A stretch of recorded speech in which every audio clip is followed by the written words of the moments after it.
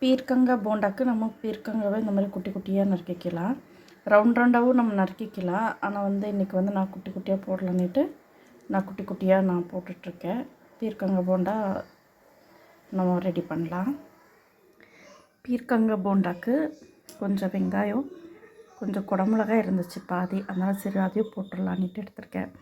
அதுக்கப்புறம் கொஞ்சம் கருவேப்பிலை, கொத்தமல்லி,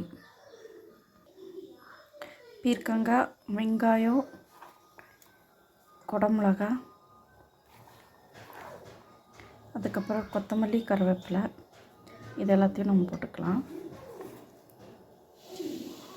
போண்டாக்கு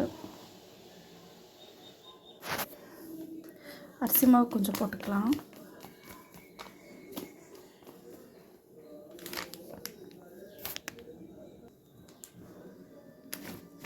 கடலை மாவு கொஞ்சம் போட்டுக்கலாம். ஒரு ஸ்பூனு அரிசி மாவுனா கடலை மாவு கொஞ்சம் போட்டுக்கலாம். அது கொஞ்சம் ஜாஸ்தியாக போட்டுக்கோங்க.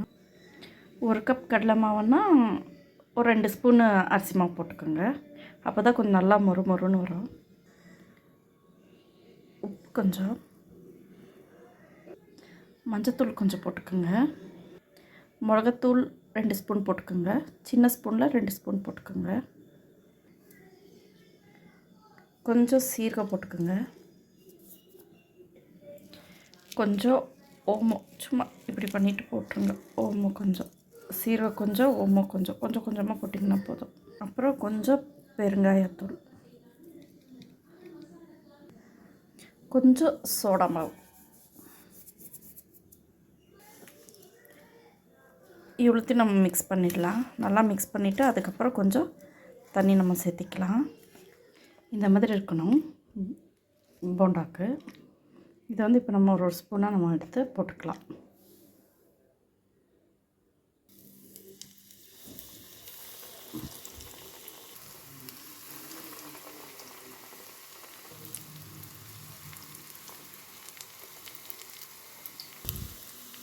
எண்ணெய் கொஞ்சம் நல்லா காஞ்சின உடனே நீங்கள் போட்டிங்கன்னா கொஞ்சம் நல்லா இதாக வரும், விட்டுறாது.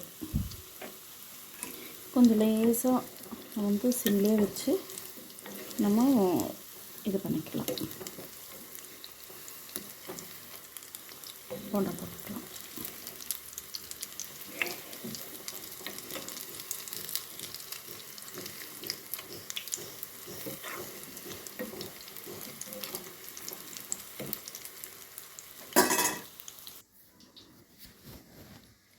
பாருங்கள் போண்டா எவ்வளோ நல்லா வந்திருக்கு. இப்படிலாம் நல்லா வெந்துருச்சு. ஒன்று தான் இருக்குது பாருங்கள். டேஸ்ட்டு சூப்பராக இருக்குது, நல்லாயிருக்கு. ரொட்டி ட்ரை பண்ணி பாருங்கள். ட்ரை பண்ணி பார்த்துட்டு சொல்லுங்கள். எப்படி எப்படி இருக்குது தனியா? சூப்பராக இருக்குது. நல்லா வந்துருச்சா? நல்லா டேஸ்ட்டாக இருக்கா? ரொம்ப உனக்கு பிடிச்சிச்சா? சூப்பராக இருக்குது. ரொம்ப சூடாக கூட மாதிரி செஞ்சு. இது என்ன தெரியுமா? இது ஆமாம், பீர்க்கங்காய் போண்டா. நீங்கள் அப்படியே கொடுத்தா சாப்பிட மாட்டீங்கல்ல, அதான் அம்மா வந்து இந்த மாதிரி செஞ்சு கொடுத்துட்டேன் உங்களுக்கு. சூப்பராக இருக்குது கைஸ், நீங்களும் ட்ரை பண்ணி பாருங்கள். ஓகே.